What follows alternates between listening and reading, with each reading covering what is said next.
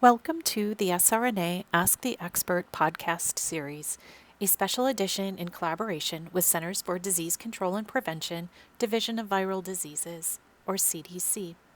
This podcast is entitled CDC and the Role of Public Health in Acute Flaccid Myelitis, or AFM. My name is Rebecca Whitney, Associate Director of Pediatric Programs with Siegel Rare Neuroimmune Association, or SRNA. SRNA is a nonprofit focused on support, education, and research of rare neuroimmune disorders. You can learn more about us on our website at wearesrna.org. For this podcast, I sat down with Dr. Benjamin Greenberg of the University of Texas Southwestern Medical Center, Dr. Janell Routh of CDC, and Emily Spence Davizon of the Colorado Department of Public Health. Dr. Benjamin Greenberg received his Bachelor of Arts degree from Johns Hopkins University and his master's degree in molecular microbiology and immunology from the Johns Hopkins School of Public Health in Baltimore, Maryland. He completed his residency in neurology at the Johns Hopkins Hospital and then joined the faculty within the Division of Neuroimmunology. In January of 2009, he was recruited to the faculty at the University of Texas Southwestern Medical Center, where he was named Deputy Director of the Multiple Sclerosis Program and Director of the new Transverse Myelitis and Neuromyelitis Optica Program. Dr. Greenberg is recognized internationally as an expert in rare autoimmune disorders of the central nervous system. His research interests are in both the diagnosis and treatment of acute flaccid myelitis, transverse myelitis, neuromyelitis optica, encephalitis, multiple sclerosis, and infections of the nervous system. He currently serves as the director of the Neurosciences Clinical Research Center and is a Cain Dinius Foundation Scholar. Dr. Janell Routh graduated from the UCSF-UC Berkeley Joint Medical Program in 2004 and UCSF Pediatric Residency Program in 2007. For the next 3 years, she practiced pediatric HIV and general tropical medicine in Malawi with the Baylor International Pediatric AIDS Initiative. She returned to the U.S. to start the Epidemic Intelligence Service, or EIS, fellowship with CDC in Atlanta in 2010. She is currently in the Division of Viral Diseases as the program and team lead for acute flaccid myelitis since 2016, and most recently worked on the vaccine task force to help COVID-19 vaccine implementation. So thank you so much to each of you for joining us on today's podcast. I'd like to begin with Dr. Janell. Could you give us a brief history of CDC and what the role of CDC is, what it means to the average American family? Just so that we have an idea, it's been obviously in the news more and more in the recent past due to the pandemic, but many families often don't find themselves having to even think about CDC or talk about public health until they're facing a diagnosis such as acute flaccid myelitis. Could you start us off with a brief overview? Sure, happy to. I was laughing because I think this is the first time in 10 years my parents actually understand what I do at CDC after CDC has been in the news so much around COVID-19 and the response. So CDC is an agency under the larger umbrella of Health and Human Services. The overall mission essentially is to enhance the well-being and the health of Americans. CDC engages primarily in health promotion, prevention of disease, injury and disability, and preparedness for new health threats. We're composed of a wide variety of people, from epidemiologists to clinicians to behavioral scientists, all working in that realm of public health.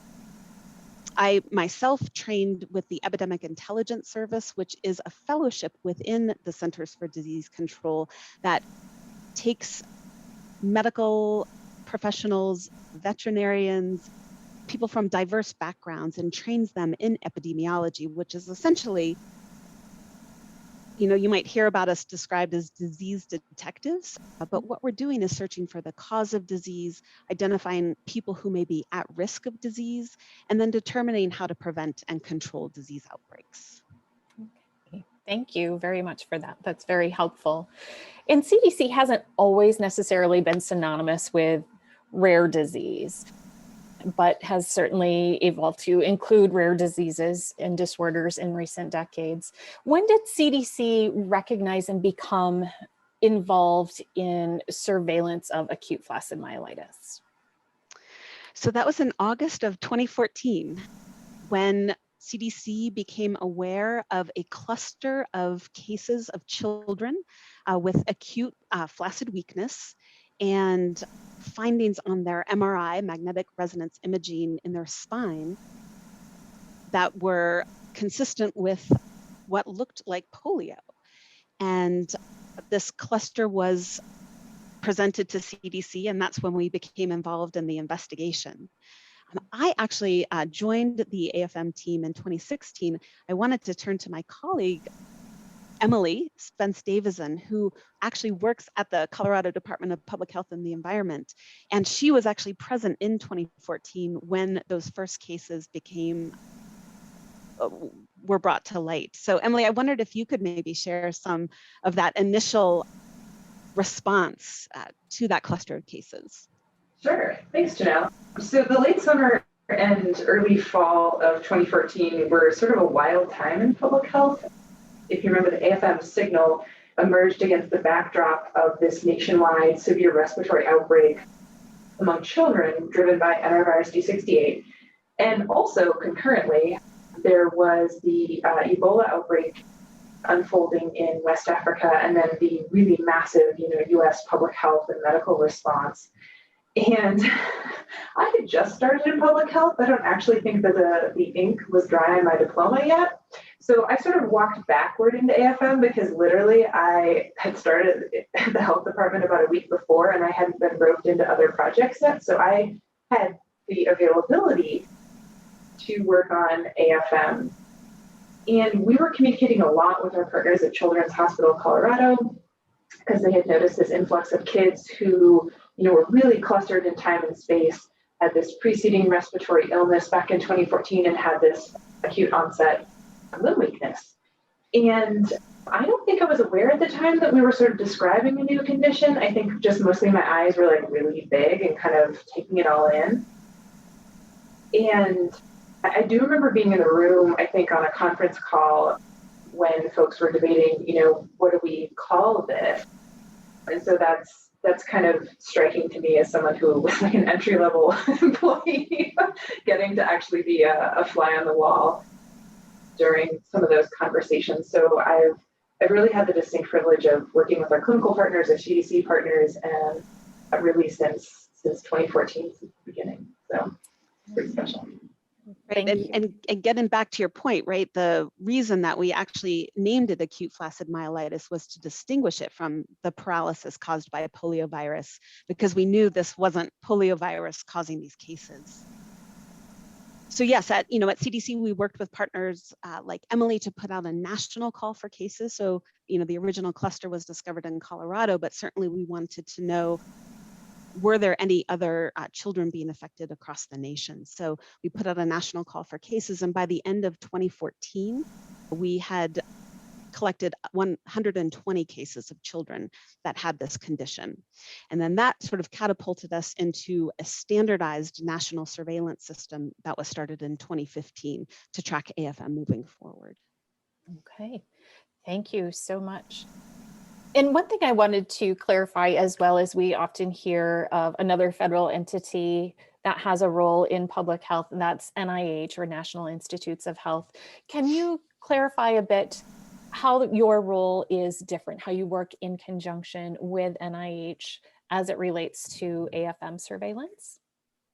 Sure. So, as I mentioned, CDC is an agency underneath Health and Human Services, so is NIH, but our missions, while complementary, I think are slightly different. Again, CDC is really focusing on public health and prevention, whereas NIH is actually the largest research arm, focusing on applied biomedical and behavioral research. And I think Ben could probably talk a little bit more about the research that is conducted at NIH, because our clinical partners often collaborate with NIH in order to do some of that clinical research that NIH does so well. But we certainly do collaborate, and the information provided by CDC on public health needs actually informs the policy and research direction that our NIH colleagues set every year.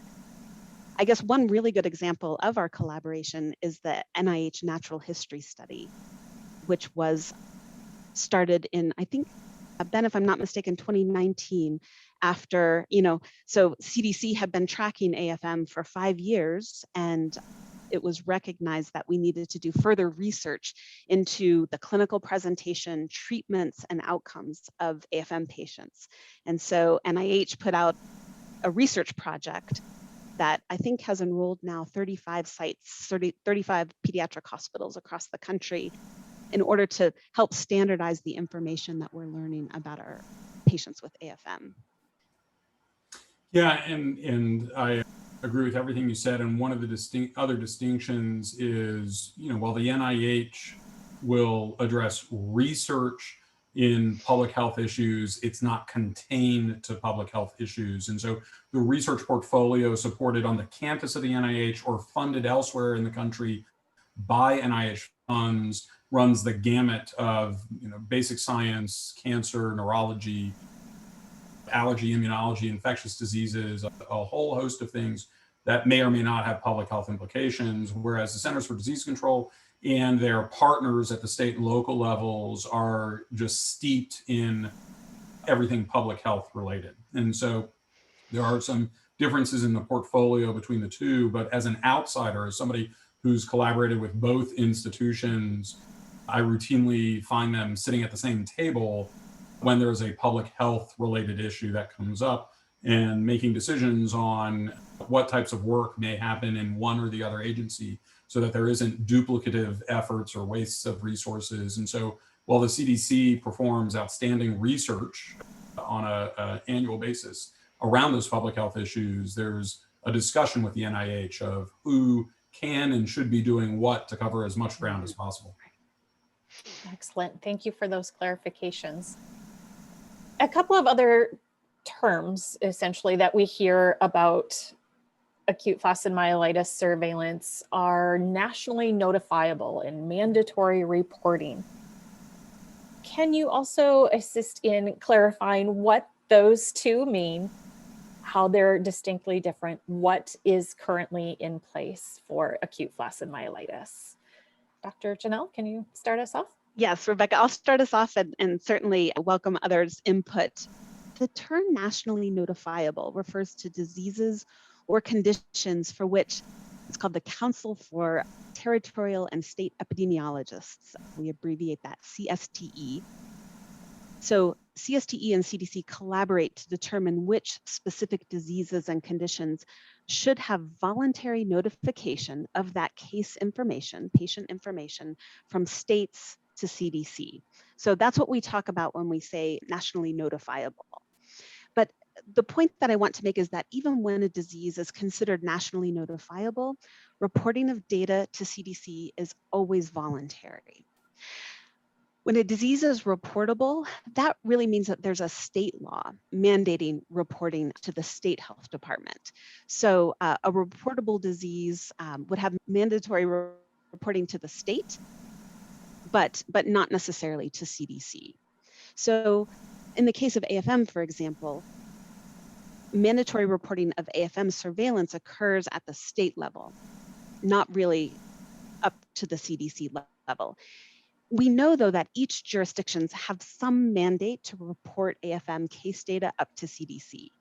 So, people often ask me, do you think there would ever be a case missed? Would a case be reported to a state, for example, that would then not get transmitted to CDC? And I actually don't think that's the case. We have a really incredibly strong network of vaccine preventable disease coordinators in every state.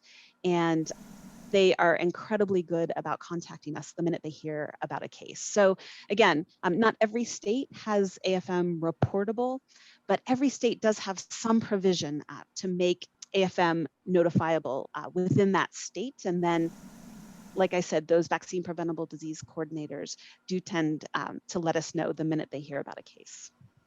Yeah, and so if I can interject on that, I think one of the things to recognize in that system is the weak link in the system is actually in the clinical trenches, because as Janell said, once the report gets made, and every state and locale has a slightly different process for doing that, but once that activation occurs, in my experience, the integration of data between the state and the national level actually runs in a very smooth operation, with differences from location to location. And we have to admit, these are all resource dependent. The better that our local public health departments are staffed, the better the service we get. And that's just true in anything we do.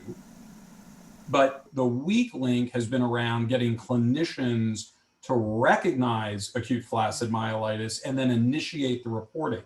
So one of the things that is very unique about this condition is the report is purely dictated by the clinician. It isn't a lab test that triggers it. So for example, and I think it's fair to say, if Janell, you can help me with an example, Emily, you can help me with an example. If there was a positive anthrax culture somewhere, the lab, the microbiology lab would get triggered to report, we have a positive anthrax culture, to the public health department. It wouldn't matter if the clinician recognized anthrax was reportable or not. There's a safety net within the lab.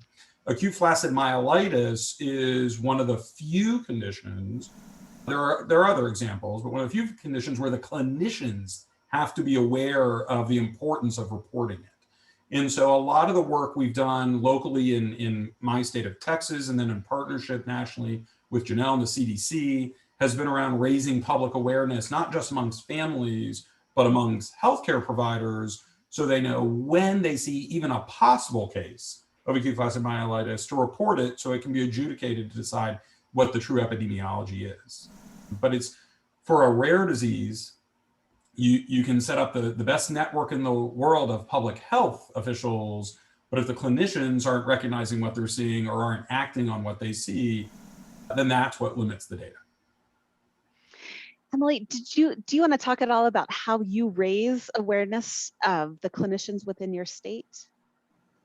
Sure, that's a great question. So to Ben or Dr. Greenberg's point, AFM is not, there's no lab component to the case classification or the reporting criteria for AFM, which puts it in a small minority of reportable conditions, both in Colorado and I think nationally, where you can't rely on lab-based reporting. And these days, the lab-based stuff is actually pretty slick in a lot of cases, because there's actually something called electronic lab reporting right now. So all those major commercial laboratories, they just send us data packets like daily, if not a couple times a day. And so for things like salmonella, for example, where you've got a positive culture, that's a really well-worn, slick system for getting case reporting. So it's a little bit different when you have to pivot to raising awareness when you're really concerned about underreporting. So for example, we have access in Colorado to a database of providers and their practice locations, which is actually, it doesn't sound innovative terribly on its face, but it somewhat is, because we have data in Colorado to show that I think something like 2% of providers change their practice location every month in Colorado. So over the course of a year, that's upwards of a quarter of providers may have moved.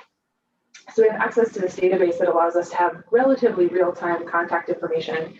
So for example, in previous years, we've sent what we call a Dear Provider letter to specialists who we thought were most likely to encounter a patient with AFM. So radiologists, neuroradiologists, infectious disease folks, and neurologists. And that's one way we've done it.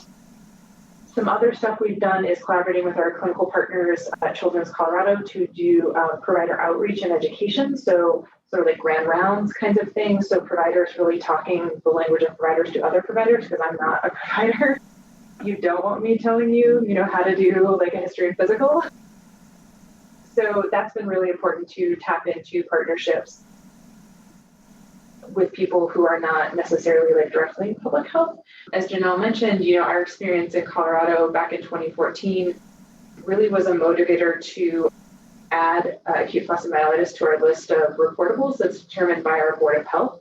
So I think AFM has been reportable in Colorado, what we call explicitly. So it's, it's listed as like salmonella, AFM, polio, measles, all that stuff. It's been on our list since 2015, I think, based on our previous experience. So there was a fair amount of interest in making that explicitly reportable in Colorado. Right. Thank you. And a number of other states also have it explicitly reportable as well. Other states might use the term like reportable under a suspected case of polio. So other states will use that in order to mandate reporting. And then yet others use the term, a disease of unusual origin or an unknown origin in order to report. So there are multiple different ways an AFM case can get reported to the health department. But again, once it is reported to the health department, CDC usually receives that information. Okay, thank you so much. And obviously, in talking through this, tracking and understanding AFM is a community effort, right? It takes several different hands at different points during a diagnosis. It happens at the clinical level. And I thought, Dr. Greenberg, if you could talk a bit about what your role in the clinic when you are facing a possible family who's looking at an acute flaccid myelitis diagnosis. From that perspective, what are those roles and responsibilities of the clinician as well as maybe academia in getting it to that next level? And then we'll hear more from Emily as far as how we work up to CDC for those reports. Yeah, so this is probably one of the areas of medical education that I think is actually lacking in a uniform way across the nation. So we're trained as physicians, as medical doctors, in a very appropriately bubble-focused priority of the patient and the family. Above all things else, everything we do, everything we should be doing day in, day out, moment to moment, is to put the patient's safety, well-being, and best possible outcome around health and quality of life as our priority. So every day we wake up and go to bed with that as a priority. But, and that's ingrained into us throughout our training, and we take oaths around it, et cetera.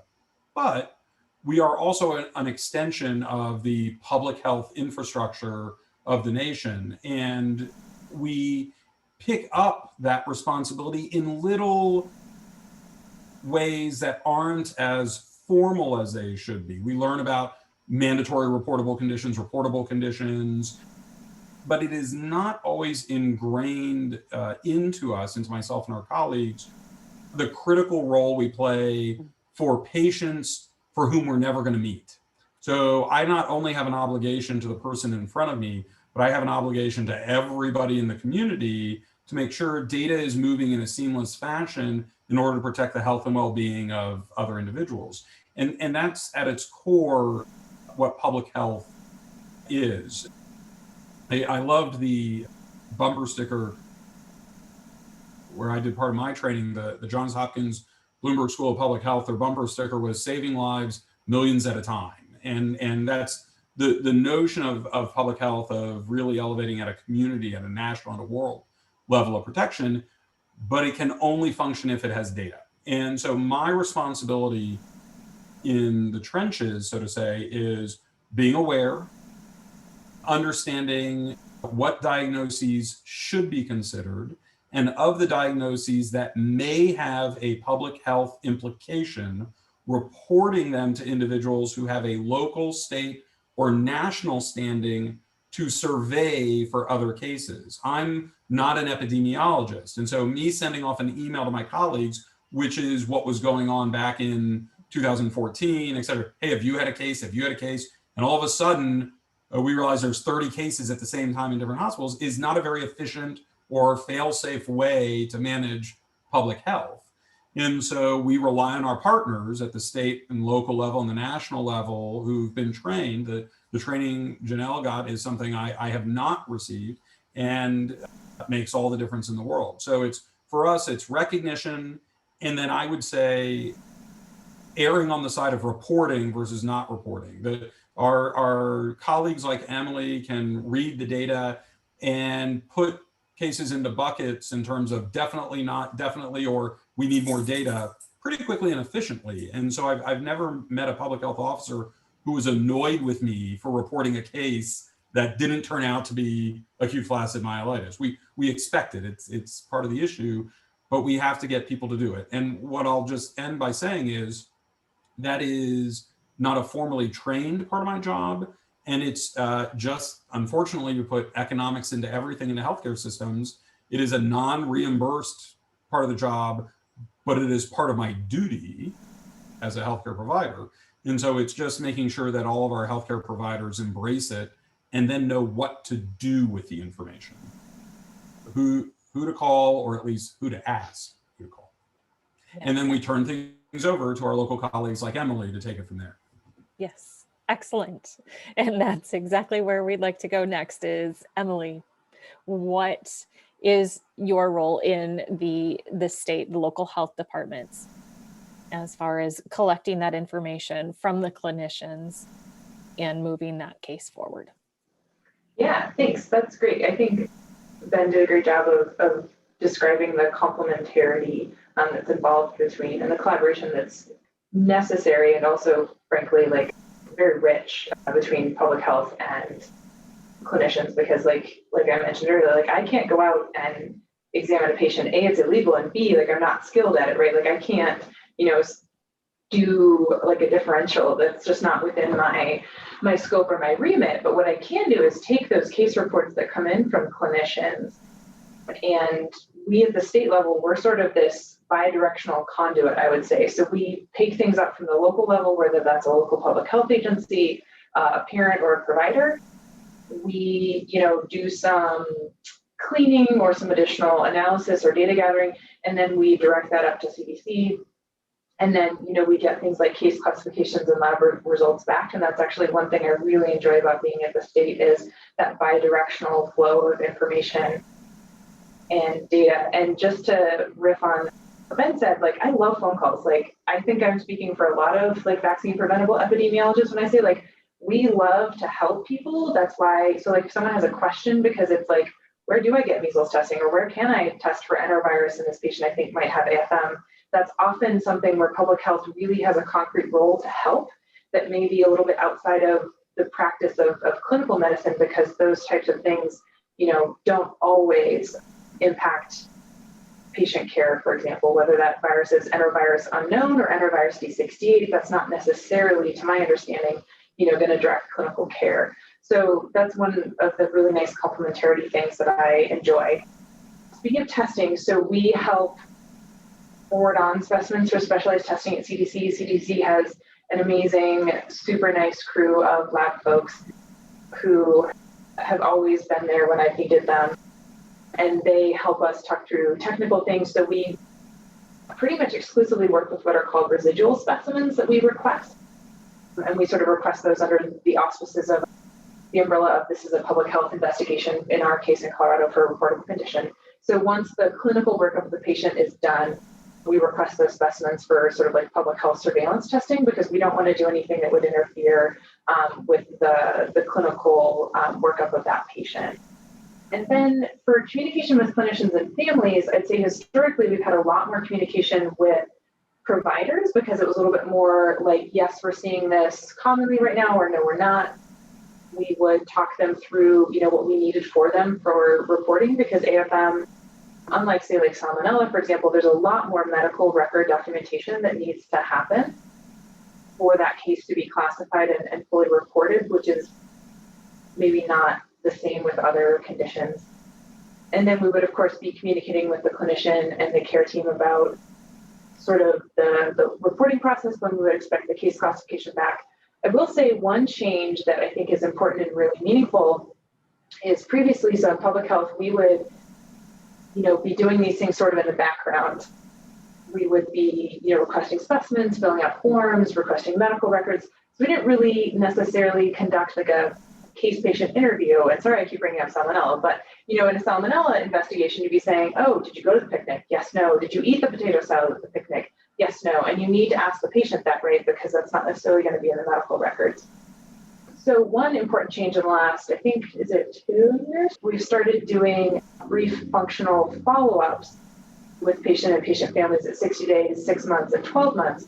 Whereas previously we didn't really have a system set up to do that, again, because most things in infectious disease public health are sort of these acute illnesses that resolve somehow within a very short period of time. But AFM, again, is different in a lot of ways. And so now we do have a little bit more interaction with families, and we're able to answer their questions about the epidemiology of AFM and sort of how that surveillance process works. Thank you so much. And once that information, once everything, if all of those pieces are falling into place and the communications are moving their way up to CDC, I think it's helpful for families to know that when that case is presented to CDC, that it does not include personally identifiable information. Is that correct? And once a decision is made as far as how it fits, what the case definition is, how is that communicated back? That's through the health department and then to the clinician. Is that correct? Do I have that right? That is correct, Rebecca. That is the way it is supposed to happen in a perfect world. And I think we are working to make that more perfect with every year that passes. I know there has been some communication challenges in returning those case classifications, but we are working to make sure that it in fact gets back to the family, because I know that's it's a very important piece of information for the family to have. I wanted to say I really appreciate the way you've sort of walked us through both Ben's responsibilities as a clinician and diagnostician, and how that information gets transmitted to then the state health department, and Emily's conversation about that. That's an important distinction, right? Because I think as our listeners are hearing, that information flow takes time. And so by the time information does make it to CDC, in order for us to make that case classification, we want the patient to be diagnosed and their clinical management underway. So it's why we really insist on that separation between AFM diagnosis and the AFM surveillance case classification, which happens later. It can happen 2 weeks later, even a month later. Sometimes it takes for us to return that case classification. And we absolutely would not want a clinician to wait for that surveillance case classification before moving forward with diagnosis and treatment. So I definitely wanted to make that very clear. Well, thank you, Janell, for that distinction. And that leads me to another question as far as the differences between surveillance definitions and what a clinician may provide as a diagnosis of AFM or perhaps another related disorder. Can you speak briefly about the surveillance definition, who uses it, and then Dr. Greenberg too, if you could maybe talk a bit more about diagnostic criteria in AFM? Sure, Becca. I could actually even pick up kind of from where we left off before. Once then Emily receives all of that information, the medical records and the specimens, all of that does get sent to CDC. And to use the salmonella analogy, if it was as easy as salmonella, we would have a laboratory test that confirms that illness. And then what CDC really does is collect those different pieces of information from the states, and then we provide a national overview, what that national look at what this disease is showing across the country. AFM, again, is very different. We don't have a laboratory test for it. So when we do receive the medical information, as you said, de-identified, so we do not get any personally identifying information, but we do get medical records and the images, those MRI images. We use those to make the case classification. And in order to do so, because again, we don't have a laboratory test, we have a panel of expert neurologists who review the cases in order to make that case classification. So we're really using that process rather than a laboratory test to return that classification, which can differ from a diagnosis. And I think, again, this is something that a lot of our parents have questions about. Why was my child diagnosed with AFM, for example, but the surveillance case classification came back differently?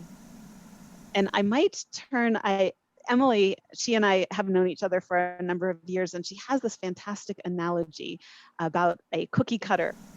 and I can never get the words right, but she does a really nice job of explaining exactly what that surveillance case classification is and how we use it. So Emily, I thought maybe I'd turn it over to you to really explain that. Thanks. Yeah, so I think in pictures, so I often try and describe the picture that I have in my brain to other people, whether that's an epidemiologist or a parent or a family. And so for us, the surveillance definition, those case definitions that are agreed upon by the Council of State and Territorial Epidemiologists, right? Those things that are supposed to trigger reporting. So we get, a report from a clinician. And what I then do as an epidemiologist is I hold up a cookie cutter to the patient's medical record. And the cookie cutter is our surveillance case definition or our reporting criteria. And if that fits whatever is in the medical record, then we have a case that we're going to count, that we're going to report to CDC, that we're going to classify. And so that's so that we can make sure that we're counting things consistently across space and time so that we can detect trends or increases or decreases, changes in the epidemiology. But that cookie cutter is relatively rigid, I would say, and I have the sense that it's a little bit different in clinical medicine. I don't think, and I also should specify that the cookie cutter analogy is sort of thinking about things on population level as well, right? That's why that's there to try and standardize things across that like 10,000 foot view. Whereas I have the sense it's different when you're standing in front of an individual patient. So maybe I'll toss it to Ben. Yeah, so while Emily lives in a world of cookie cutters, I live in a world of Play-Doh, where things are much more malleable. And so, this gets into the intersection of the science and art of medicine. And so if you take any medical event, technically if you take almost any event that we experience as humans, there's a fancy term of a Gaussian distribution of how people are. So for example, height. There is an average height of men and women in the United States. And if you are 7 feet tall, you are an exception to the rule, but you still have height. You still get measured, but you're unique versus the average, which is whatever it is, 5'8", 5'9", whatever it might be. And so for a lot of definitions for reporting purposes, it's so hard to pick up on the outliers that there are definitions made to capture the overwhelming majority of cases, but you don't want to miscount. So we wouldn't want to include people who don't have acute flaccid myelitis in the count. So we have to set some sort of definition, because if we enroll people who stubbed their toe and they came in limping, but it was from a stubbed toe, that would really throw the data off. So we exclude everyone who stubbed their toe. And you start making these rules to create the cookie cutter that Emily talks about. As a clinician, I recognize that sometimes there's going to be an outlier. Maybe they stubbed their toe and have acute flaccid myelitis. So that rule that we put in to exclude bad data very rarely may end up excluding an actual case or not including an actual case.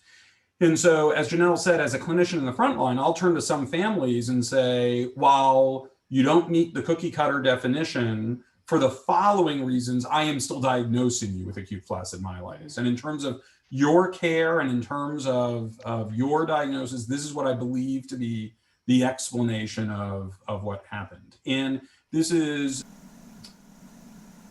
emotionally and psychologically and intellectually a very tough exercise for everybody, the epidemiologists, the clinicians, the patients, and the families, because we prefer a world where everything lines up. But in reality, the task that we have from a public health and epidemiology perspective is different than the job I have as a clinician. And so my job is to treat the patient in front of me as best I can with the best data I have, even if they don't fit the cookie cutter mold.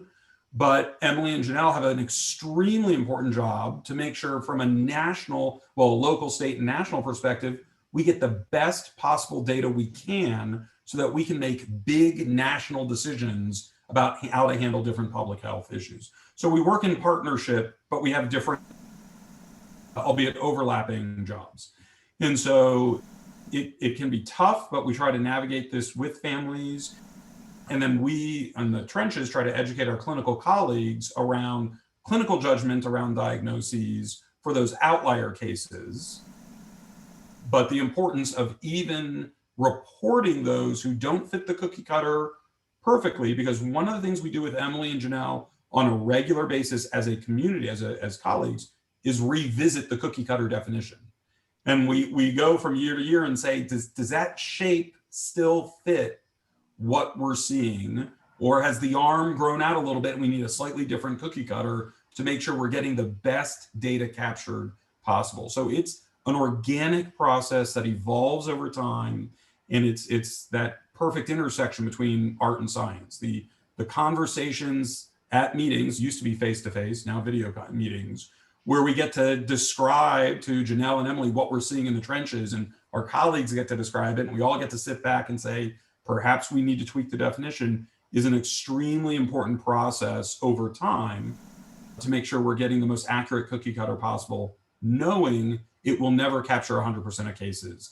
And it's okay if it doesn't. If we're 95% accurate, that for a public health perspective, that's great.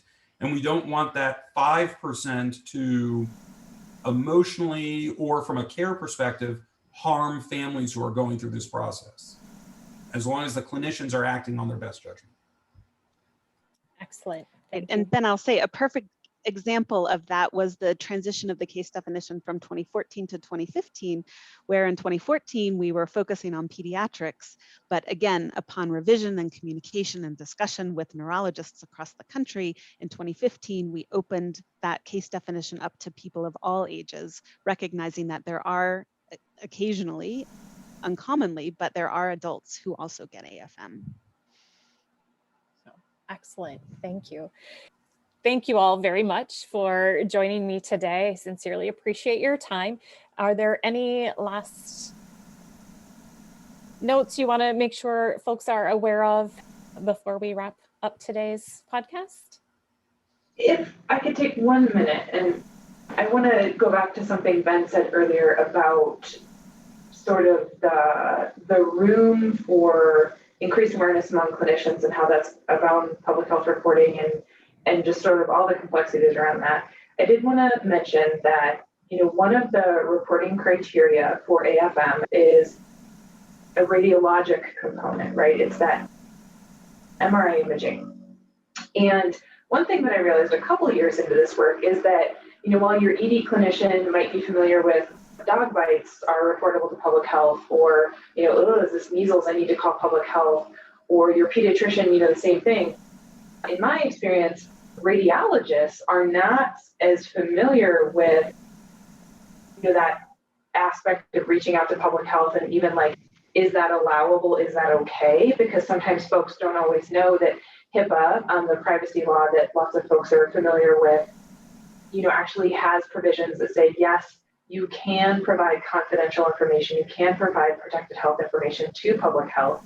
And in Colorado, you have to do that, right, for things that are on the reportable conditions list. So one thing that I think we're exploring, which I think is new and interesting, is, how do you contact radiologists? How do you do that outreach? How do they want information? Because I think that that's another avenue that we can look at for familiarizing folks with the reporting criteria for acute flaccid myelitis. And along those lines, the only closing comment I would make is we've focused on the historical perspective of reporting, which was clinician recognition, state and local health departments, national CDC level surveillance.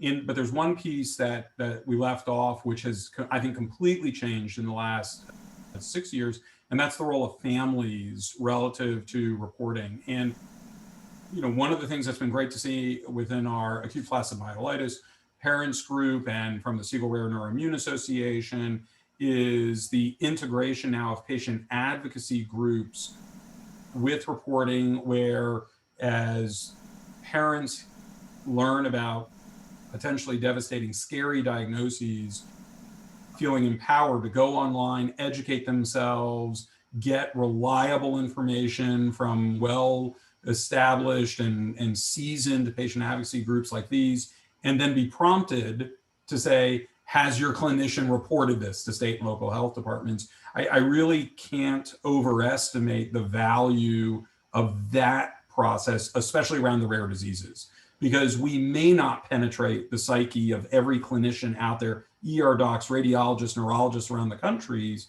but families are an extremely powerful advocate for getting reliable, good, timely data in the hands of clinicians and epidemiologists to do appropriate surveillance. And so that's been a shift that we didn't have 20 years ago when forming our epidemiology surveillance networks in the United States.